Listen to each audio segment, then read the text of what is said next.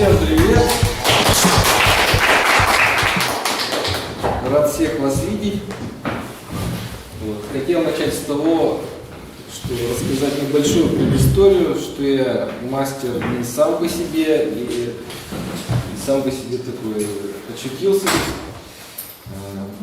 Я начинал работать и продолжаю работать с мастером Рамиль Фасиховичем Вафиным. Собственно, все его труды титанические легли в основу моих наработок и моего уже опыта. И сегодня с нами еще один человек, который из скамейки делал гитары. Нет, я же все равно 10 лет.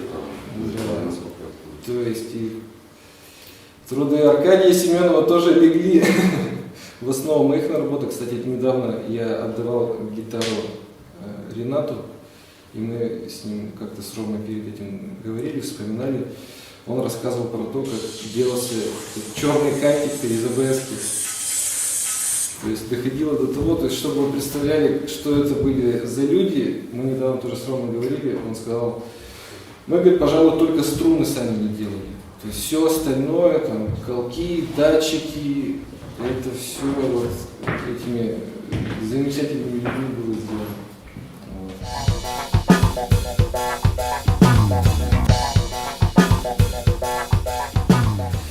Так, я сегодня хотел поговорить о звуке гитары с точки зрения мастера и с точки зрения музыканта. И раз мы будем говорить о звуке, хочу сразу сказать, что тема эта очень спорная, очень такая субъективная, очень живая.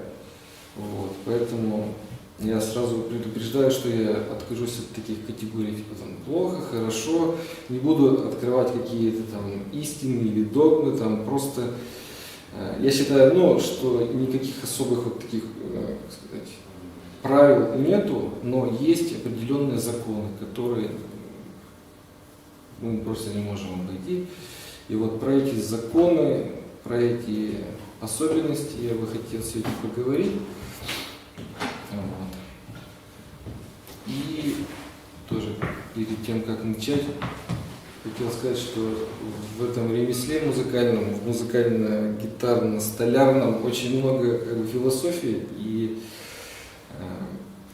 здесь действуют два очень таких вот правила стопроцентных. Что у меня был преподаватель в ВУЗе, и он говорил фразу, нет худа без добра, но он говорил так развернуто и так хорошо, что, не бывает так, что где-то было только хорошо. Если где-то есть хорошо, то обязательно что-то чуть-чуть плохо будет. То есть везде есть баланс, не бывает такого, что все было хорошо. И в гитарных настройках то же самое. И еще, раз мы будем говорить о звуке и всех вот этих вот сочетаниях, хотел сказать, что есть такой, можно привести пример такого эффекта бабочки. То есть иногда одна маленькая мелочь может на все повлиять, а иногда может и не повлиять.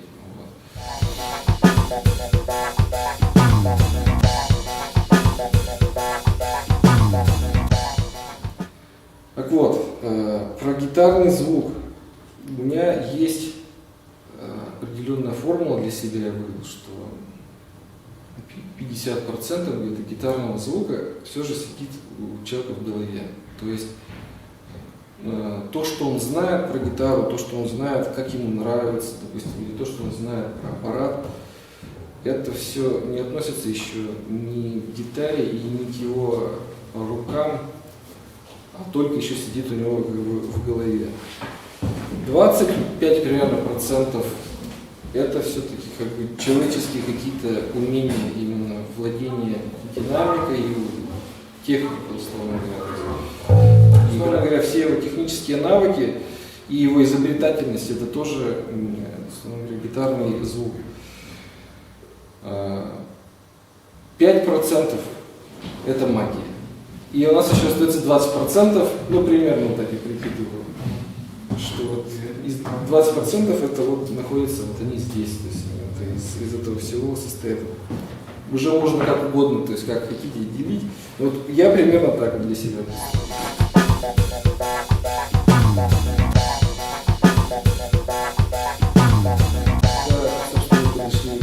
объяснение, что из чего же состоит гитара.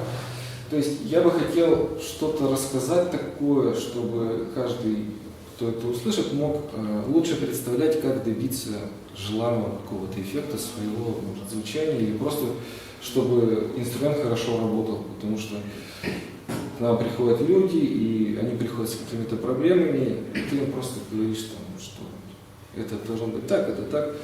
В общем, начнем отсюда, начнем с колков. Вот, то есть очень часто приходят люди и говорят, допустим, у меня гитара не строит. Наверное, это колки, наверное, их надо поменять. Вот. И тут приходится объяснять людям, что колки, они в принципе так устроены, что они в одну сторону работают, то есть когда мы крутим бутон, у нас струна подтягивается, а в обратную сторону он не работает, то есть струна не может вытянуть шток, чтобы поворачивался бутон. То есть, ну, здесь просто такая конструкция, червяк и шестеренка, и они работают только в одном направлении. Вот. И поэтому здесь сразу приходится объяснять человеку, что либо это, ну, если мы говорим про колки, то у нас неправильно заведена струна, то есть струны неправильно установлены, допустим, очень много витков, допустим. То есть с колками самая частая проблема. То есть я видел как-то раз гитару 12-струнную, все 12 струн были заведены, то есть самым кончиком, и крутилось. Я не знаю, я готов был человеку памятник поставить, потому что человек очень старательный. Все 12 струн зашли за самые кончики, у него были вот такие вот культышки.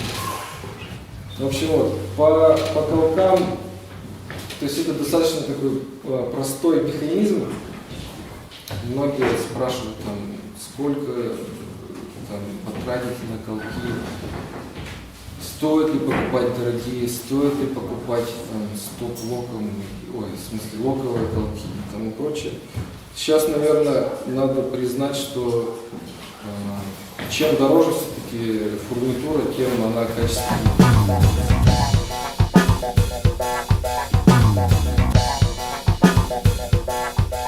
Дальше у нас очень важный момент – это верхний порожек.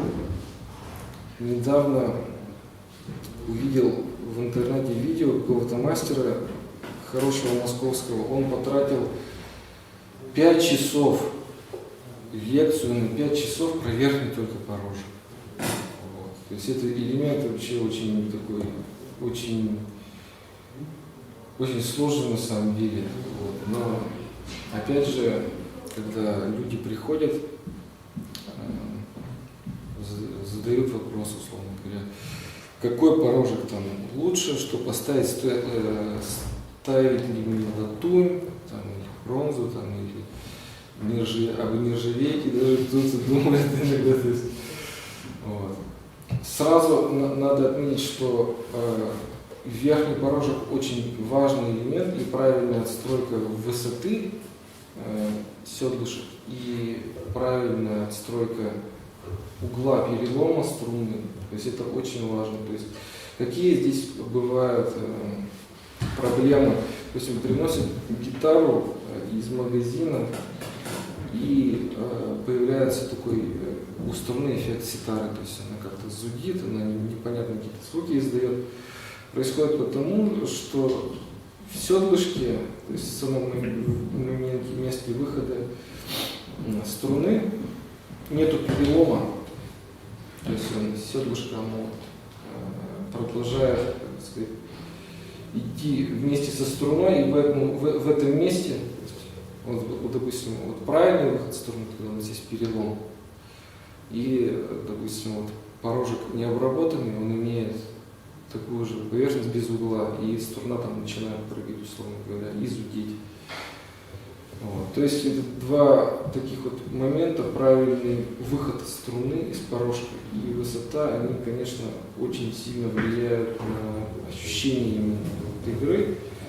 Ну и, конечно, многим это удивительно, кажется, без правильной отстройки высоты на порожке вы не сможете как бы именно до конца правильно отстроить высоту струны в принципе на грифе, то есть угол струны относительно.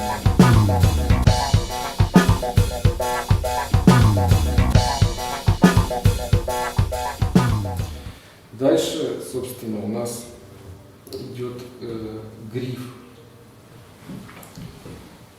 Для меня это самая ответственная часть инструмента. И когда приносят гитару на ремонт, конечно, первым делом смотришь на гриф, потому что если гриф совсем плохой, то за гитару такую даже можно как бы и не браться. Иногда бывает, что просто с этим грифом уже ничего не сделать. То есть, собственно, если говорить про настройки, то гриф настраивается с помощью анкерного болта. То есть их очень много разных конструкций, но в принципе можно условно поделить на два типа: односторонние и двусторонние. То есть односторонний анкер, он может только выгибать гриф в эту сторону. То есть у нас струны выгибают гриф вверх, условно говоря, сейчас. А анкер, он вот эту вот часть, примерно вот этот кусочек, он у нас утягивает в другую сторону, чтобы компенсировать натяжение струн. Вот и двусторонние анкера, которые в обе стороны могут регулировать гриф. Вот.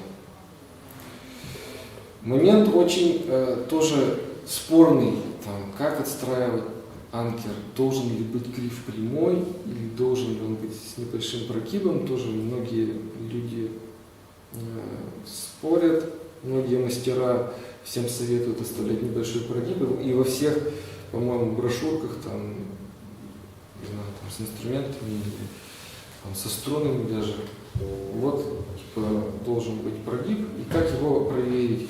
То есть зажимается где-то в начале грифа струна и где-то в конце грифа струна, то есть она у нас струна априори прямая, и если у нас есть небольшой зазор между грифом, между ладами и струной, значит у нас небольшой есть прогиб, условно говоря.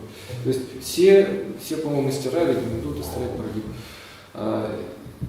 Многие музыканты потом жалуются, допустим, на мастеров, что нет, мне, допустим, прогиб не нужен, я вот как-то так вот чувствую, что когда вот играю, я вот, то есть мне по ощущениям, допустим, отстраиваю, по-моему, Тони Эммануэль так говорил, что я как мастерам не доверяю в этот момент. Я закручиваю анкер, у меня начинают струны дребезжать вот здесь, то есть вот место перегибается, струны начинают дребезжать, и я где-то потом обратно выкручиваю, пока у меня, собственно, дребезг не уйдет, точнее, пока у меня не будут устраивать. Вот. То есть момент такой тоже неоднозначный, но один, опять же, мастера какого-то читал, он очень хорошо сказал, что в принципе правильно отстроенный гриф, правильно отстроенная геометрия грифа, это когда у нас все последующие лады, они чуть-чуть дальше от струны, чем изначально. То есть, если у нас гриф абсолютно прямой, и струна на какой-то более-менее играбельной высоте, и под правильным углом падает на гриф, то у нас вот получается прям такая фигура, даже если что он прямой, что он немного как бы с прогибом, у нас получается такая фигура, что каждый последующий лад, он немножечко дальше от струны, там буквально там, на дольки какие-то. И это как раз нам обеспечивает нормальную динамику, амплитуду струны, чтобы она не задевала следующие лады. Вот. То есть, поэтому нравится ли вам там с прогибом или прямой, он даже может быть перегнутый, но если у нас выполняется вот это условие, если вам нравится, допустим, как удобно вам играть, вот, то не будет дребезга и все будет хорошо.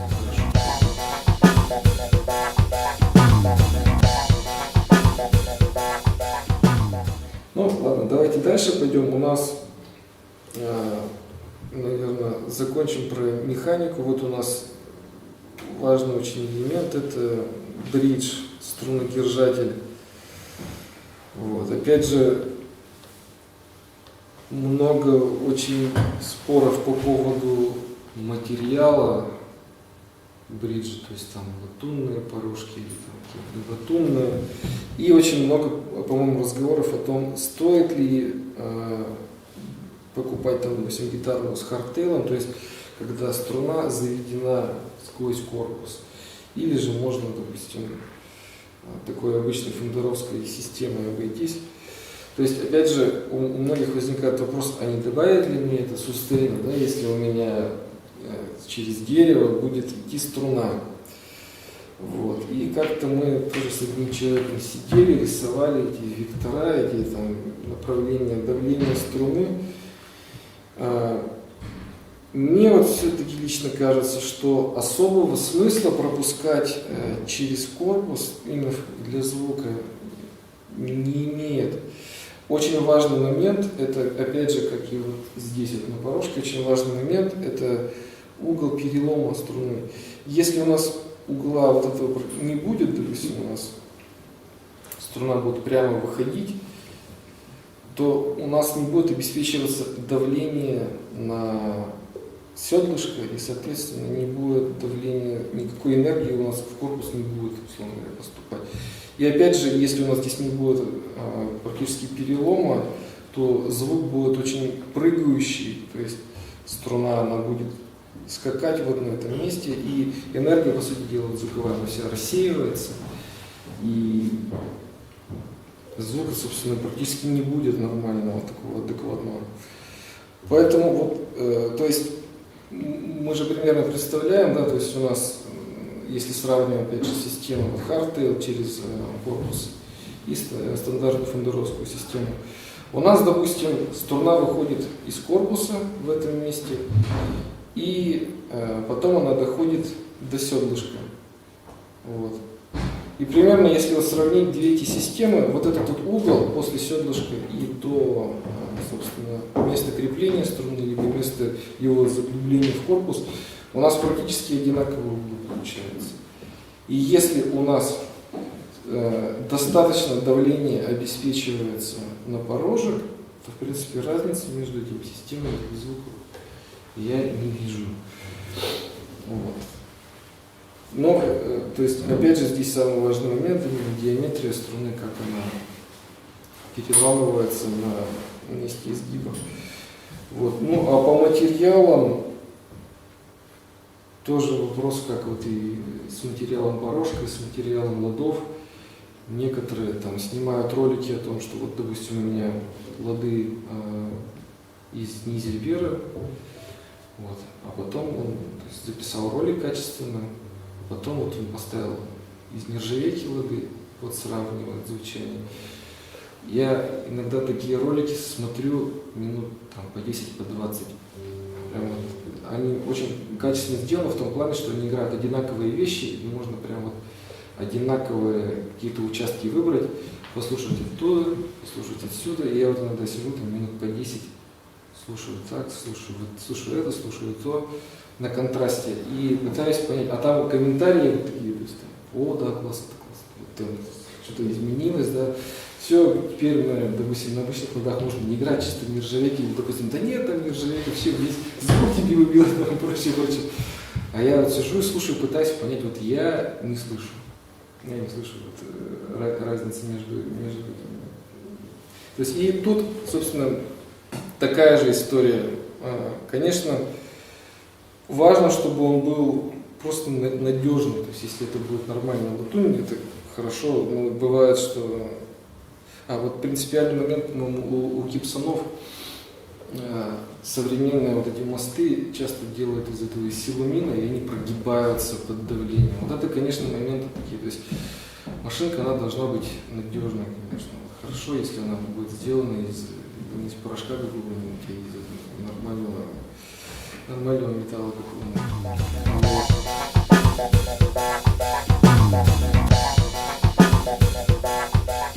Так, ну, дальше у нас, наверное, электроника, если вопросов нету. Опять же, датчики тоже очень магический как бы, элемент. Я все-таки склоняюсь к тому, что вот если мы вот рассматриваем гитару без там, человека, без музыканта, конечно, датчики очень существенную роль в формировании звука играют. И для меня все-таки два, наверное, самых важных параметра – это мощность датчика, то есть сопротивление и магнит. Наверное, вот все остальное не так существенно.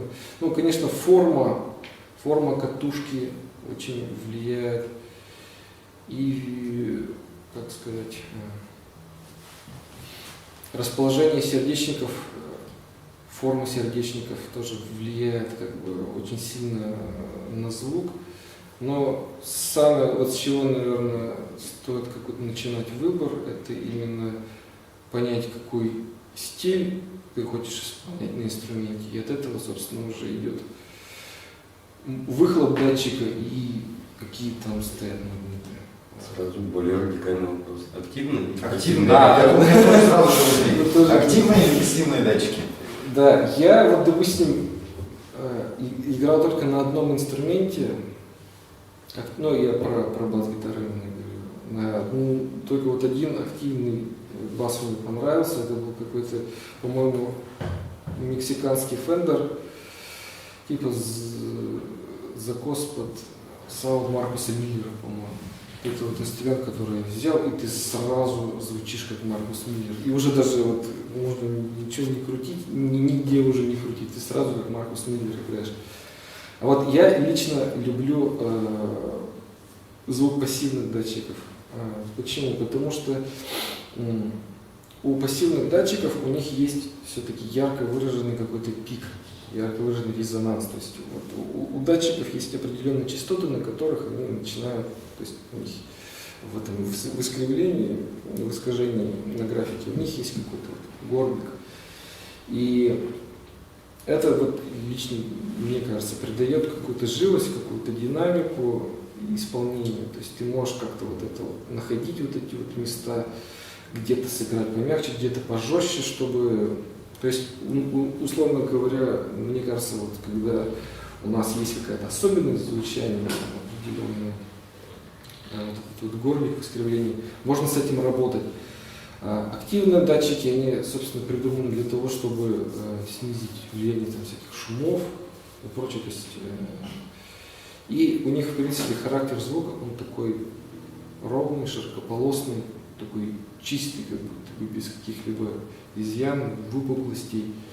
Вот. Я, допустим, это не воспринимаю, для меня это, как-то кажется, странно.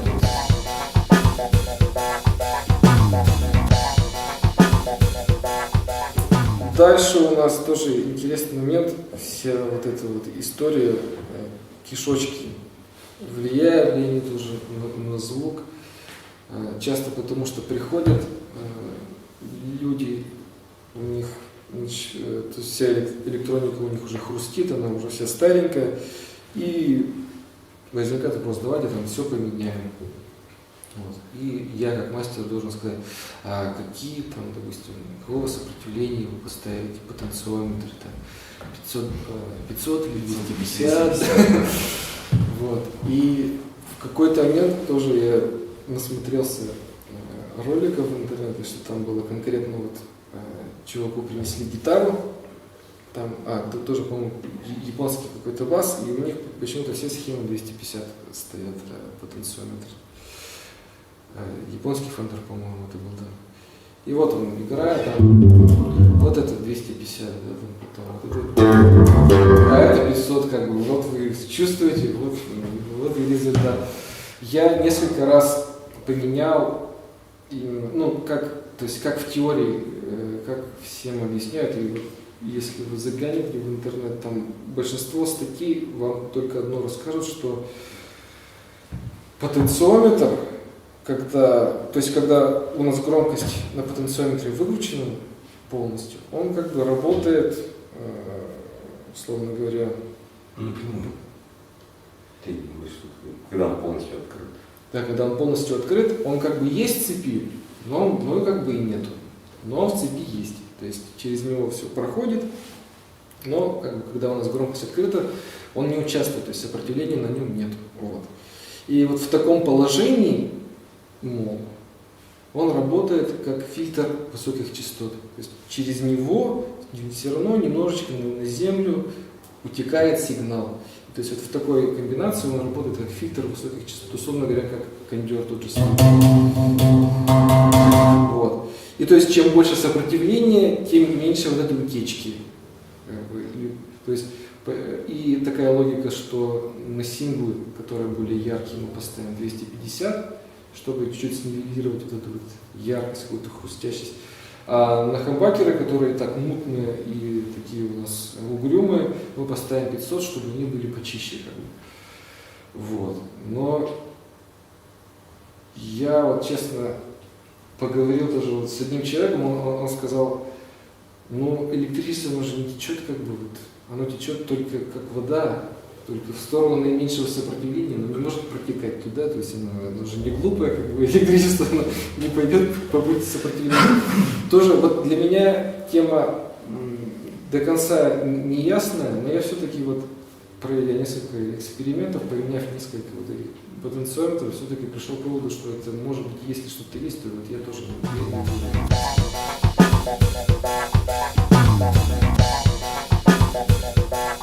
У нас еще остались, наверное, струны. Да, струны тоже очень важный момент. То есть, когда мы покупаем, они у нас свеженькие, они звучат, они прямо искрятся. Потом проходит неделя-две, и 1500 рублей, и они как будто никуда опять ушли. Но, в общем, важный момент, да, то есть свежесть струн – это тоже очень огромная часть звучания инструмента. И ну, сплав, конечно, влияет, то есть либо это никель у нас оплетка, либо нержавейка, да, нержавейка, она все равно такая более грубая, такая, более какой-то звук твердый, что ли, не знаю, вот, он такой непокладистый совсем. И имеет, конечно, значение навивка, то есть она либо у нас круглая, либо плоская, тоже сильно, как мне кажется, влияет на звук. Тоже вот обсуждали сейчас с тобой, что плоско-навивные струны, они звучат вот именно как Пол Маккартни. То есть вот прям, то есть такой именно олдовый такой звук. Вот.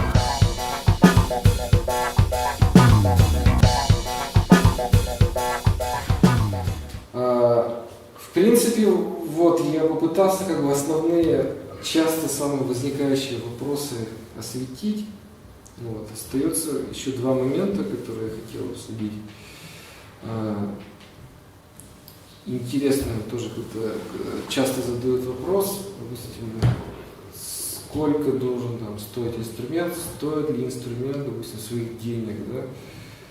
И как в наших реалиях, то есть ли смысл там вложиться и там купить инструмент стоимостью как машину, допустим, или можно купить там за какие-то копейки инструмент. Вот еще, наверное, если бы мы жили 10-15 назад, я бы чуть-чуть по-другому сказал. Все-таки сказал бы, что особо как бы разницы нет там, между дорогими и недорогими инструментами. Но сейчас, так как у нас капиталистическая индустрия очень сильно шагнула вперед, то гитары уже делают прямо из отходов каких-то, из последних, причем отходов. То есть последний вот, интересный момент, мне принесли гитару, которая была акустика, она была сделана из бумаги, она была сделана из МДФ. Мне давным-давно, еще сколько получается, лет 15, наверное, назад, нам принесли очень красивый инструмент, телекастер. Человек захотел туда, он был китайский, очень красивый, плохенько звучал, но какое-то очень мягкое дерево. Понес я на фрезеровку, а у меня не стружка летит, у меня пыль бумажная. Я почистил, там был МДФ. Это у меня первый случай был встречи с картонной гитарой, бумажной. Да, а сейчас мне приносят инструменты, и прямо вот диву даешься, вот смотришь, и как хорошо все-таки людей обманывают, когда прямо оцениваешь, из чего сделана накладка. Потому что был же момент, сейчас я, кстати, не знаю, как в мире с этим, с палисандром, но лет 5 назад, по-моему, что ли, вот, был запрет на палисандр в мебельной промышленности и гитарной промышленности туда тоже попало. Сейчас, по-моему, компании хотят как-то вот отвоевать именно этот ресурс палисандр, ну именно вот, музыкальные какие-то вот фирмы. Но не знаю, как сейчас вот с этим делом обстоит, но, по-моему, все хуже и хуже только. То есть гитары делают прямо... Ну, то есть сейчас даже появился такой термин, как engineered rosewood. То есть если розовый это палисандр, то есть, ну, американцы, по-моему, они все называют розовым, и орех, и красный, и все сорта дерева, и палисандр они называют красным деревом. То есть, и, допустим, пишешь накладка розовую, то есть, ну, палисандр, а тут такая engineered rosewood. То есть, что это такое? Оказалось, что это фанера, то есть шпон, набирается, и срезается вот под углом к слоям, примерно под таким углом срезается, и сами вот эти вот шпонинки, сами вот эти вот бумажки палисандровые, они образуют как будто бы вот фактуру древесины. И смотришь вот издалека, да, вроде палисандр, все, вот, приглядишься, а оказывается это фанера, как тебя уже обманули. Штука эта очень плохая в плане именно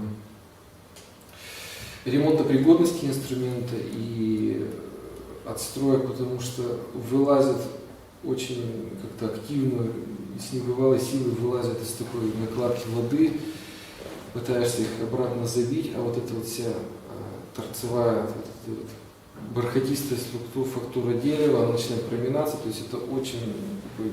Это на дешевых инструментах такое или на дешевых, на как сказать, вот сейчас вот меня тоже недавно спросили, можно там за 10 тысяч рублей купить гитару нормальную, то есть вроде как 10 тысяч рублей это вроде какие деньги, а так вот подумаешь, наверное, уже в магазине и не купишь нормального инструмента. То есть понятие дешевый уже тоже как-то, ну так совсем расплылось, ну это понятно из-за курса еще и прочей политики. Вот.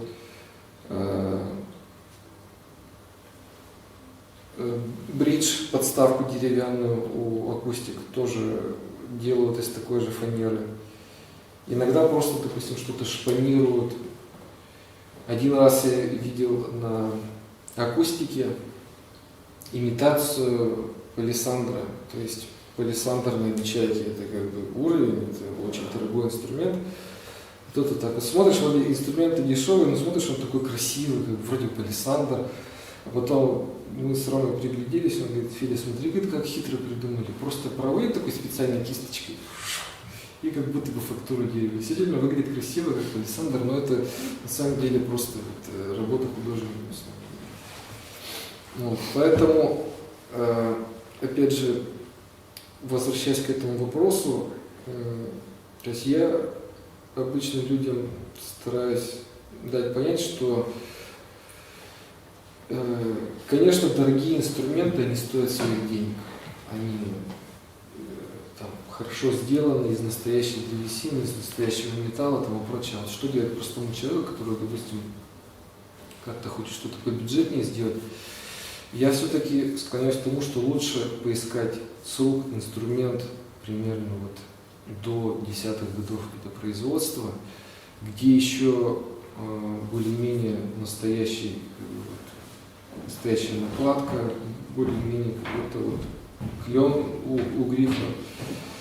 И даже как-то вот культура производства, она какая-то совершенно другая. Смотришь инструмент, он похож на музыкальный инструмент, он не похож на мебель, не похож на какую-то декорацию. Да, он не похож на конфетку какую-то или на фантик какой-то, он похож на музыкальный инструмент. А вот сейчас современно даже не дешевые инструменты смотришь, как ты видел, то ли мода какая-то пошла, культура производства и сам культура внешнего вида инструмента, она как-то претерпела изменения, и уже вот такой инструмент не хочется, допустим, даже как держать дома. Вот, поэтому есть смысл искать инструменты с рук, потому что они уже выдержаны, с ними меньше может произойти каких-то неприятностей, вот, и отдать мастеру, чтобы он как-то оценил, подшаманил, и в принципе вот, то есть такой момент.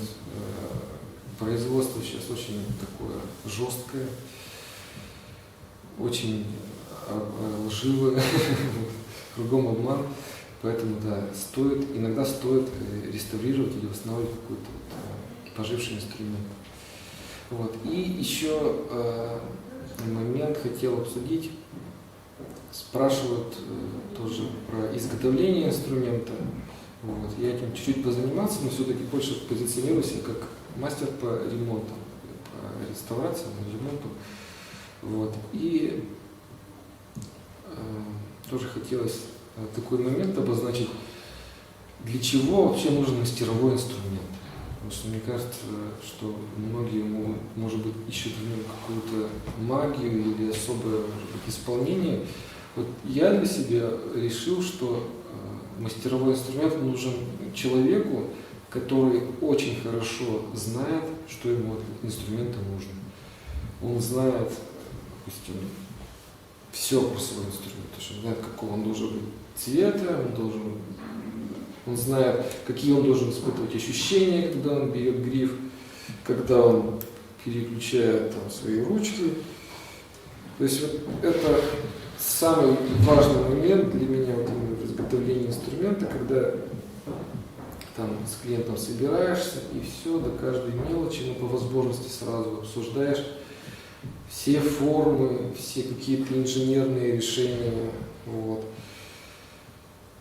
Для меня вот в этом смысл мастерового инструмента, что это будет инструмент удобный, который приятно будет взять в руки и который хранит частичку какую-то и твоей задумки, и руки мастера. То есть вот это такие моменты мастерового инструмента.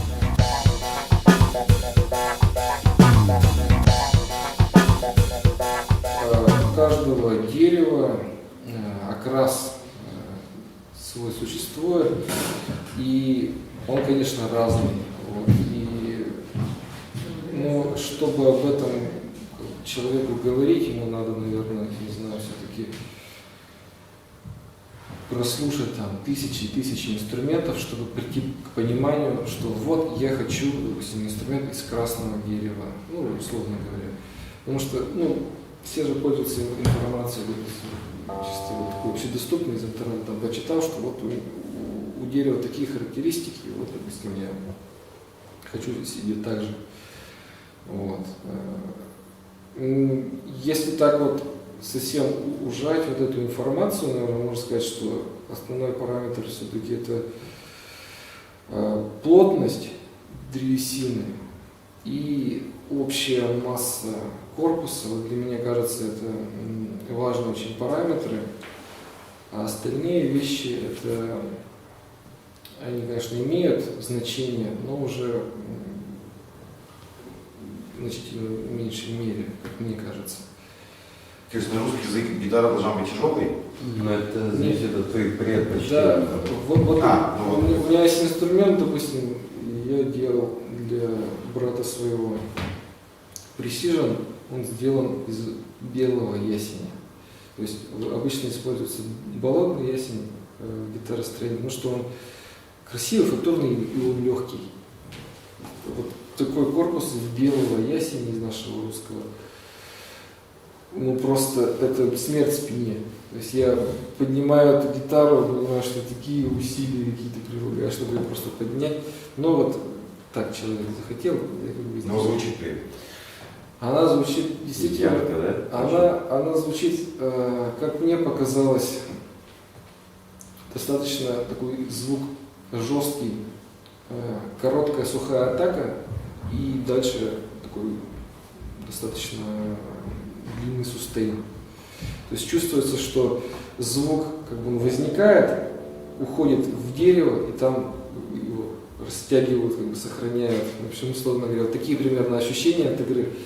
Масса, как мне кажется, основной параметр вот именно сустейна. То есть если все соблюдены правильно условия, то есть если гитара правильно собрана, то мне кажется, что масса вот это вот основной параметр для величины сустейна.